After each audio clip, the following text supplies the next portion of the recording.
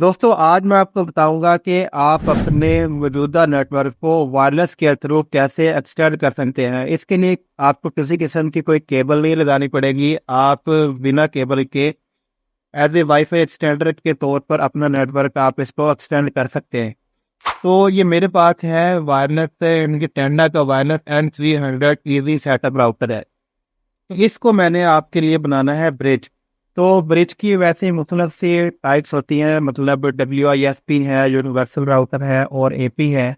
लेकिन आज मैं आपको एक ऐसा मेथड बताऊंगा जिससे आप अपने नेटवर्क को, आप जब इसको ब्रिज बनाएंगे तो आपके किसी किस्म का कोई मसला नहीं आएगा।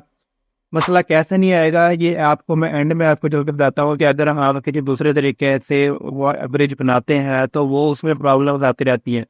वो प्रॉब्लम्स क्या आती है वो मैं आपको एंड में चल के बताऊंगा, तो वीडियो को एंड तक लाजमी देखते रहना।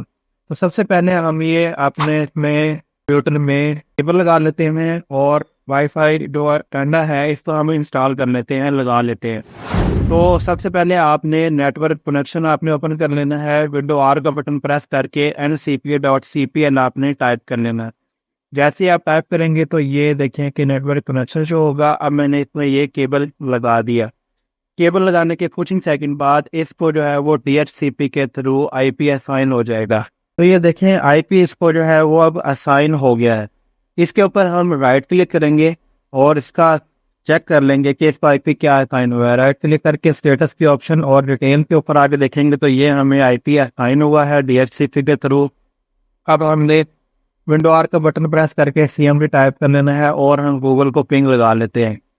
तो देखें कि अभी जो है वो डेस्टिनेशन होस्ट अनरीचेबल आ रहा है कि इस पर नेट नहीं चल रहा। ये हमारा डिफॉल्ट जो गेटवे है वो IP है, इसको आपने नोट कर लेना है। अब हम अपने ब्राउजर में आकर इस IP को टाइप कर लेंगे और इंटर प्रेस कर देंगे। इंटर प्रेस करने के बाद हमें इस तरह का व्यू मिलता है। सबसे पहले वाली ऑप्शन है इंटरनेट सेटिंग्स की। इसको आपने प्रोडक्शन टाइप में डायनामिक IP ही रहने देना है, जहां आपने किसी किस्म की कोई चेंजिंग नहीं करनी। तो यहाँ लिखा भी आ रहा है वैन पोर्ट डिस्कनेक्टेड। तो अब आपने आना है वायरलेस रिपीटेशन में, वायरलेस रिपीटिंग मोड में। यहाँ डिसेबल है, डिसेबल का भी ऑप्शन है WISP। जैसे आप इसके ऊपर क्लिक करते हैं तो नीचे यहाँ सारे वाईफाई शो हो जाते हैं जो आपकी रेंज में है या जो आपने लगाए हुए हैं। तो मैंने इसके साथ करना है। जैसे ही इसके ऊपर क्लिक करते हैं तो वाईफाई का पासवर्ड हमने यहाँ देना है। तो जिस वाईफाई के साथ हमने कनेक्ट करना है उसका पासवर्ड आपने यहाँ दे देना है और ओके पर क्लिक कर देना है। जैसे ही ओके पर क्लिक करते हैं तो ये एक ऑप्शन आती है कि आपका राउटर जो है वो रीबूट होगा। तो इसको आपने ओके कर देना है और रीबूट के लिए आपने वेट करना है। यहाँ से देखेंगे केबल भी डिस्कनेक्ट हुई है और दोबारा फिर ये प्लग हो जाएगी। जब ये स्टेबल हो जाएगा तो ये इसको IP असाइन हो जाएगा और इसकी बैकएंड पे आप देखेंगे कि कनेक्शन जो है वो ब्रिजिंग मोड में आ जाएगा। और ये देखिए कनेक्शन स्टेटस आ गया है, नो ब्रिज इन WISP और ब्रिजिंग इन WISP मोड। तो यहाँ से ये कनेक्शन स्टेटस आ जाएगा, मतलब ये जब कनेक्टिविटी बन जाएगी तो ये इस तरह से ग्रीन हो जाएगा, connected you can access the internet. अब आप इंटरनेट एक्सेस कर सकते हैं। बाकी देखें कि इसका IP अगर देख लेते हैं तो राइट क्लिक करके स्टेटस में आए, डिटेल्स में आए तो IP वही असाइन हुआ है और वही राउटर का IP है।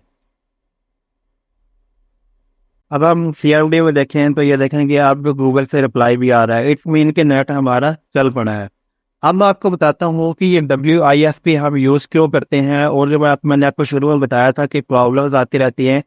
WISP एक बेहतरीन फीचर है जिससे ये होता है कि अगर आपका यानी कि प्राइमरी या सेकेंडरी जो भी राउटर है वो रीस्टार्ट होता रहे, ऑन ऑफ होता रहे इतनी बार, तो ये आपका ब्रिज मोड जो है वो स्टेबल रहेगा। आमतौर पर ये दूसरे तरीके से हम ब्रिज बनाते हैं तो उसमें जो है जब राउटर रीस्टार्ट होता है तो वो कॉन्फ़िगरेशन दोबारा से खुद ब खुद नहीं बना पाता। तो इस तरह WISP मोड बनाने से आपको फ़ायदा ये होगा कि जितनी मर्जी चाहे आपका राउटर रीस्टार्ट होता रहे, ब्रिज आपका ख़त्म नहीं होगा। और मज़े की बात यह है कि आप खुद से इसको यानी कि इसी 192.168.0.1 थ्रू के IP से आप इसको एक्सेस कर सकते हैं और इसी राउटर के DHCP से आगे IP असाइन होते रहेंगे। आप इसका SSD भी चेंज कर लें, इससे कोई ब्रिजिंग मोड पे कोई फ़र्क नहीं पड़ेगा।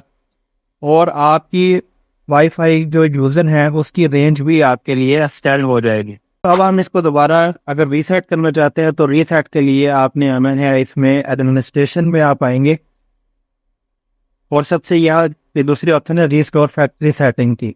रीसेट के ऊपर क्लिक करेंगे, ओके कर देंगे और तो हमारा राउटर जो है वो रीबूट होने स्टार्ट हो जाएगा। अब ये दोबारा उसी पोजीशन में आ जाएगा।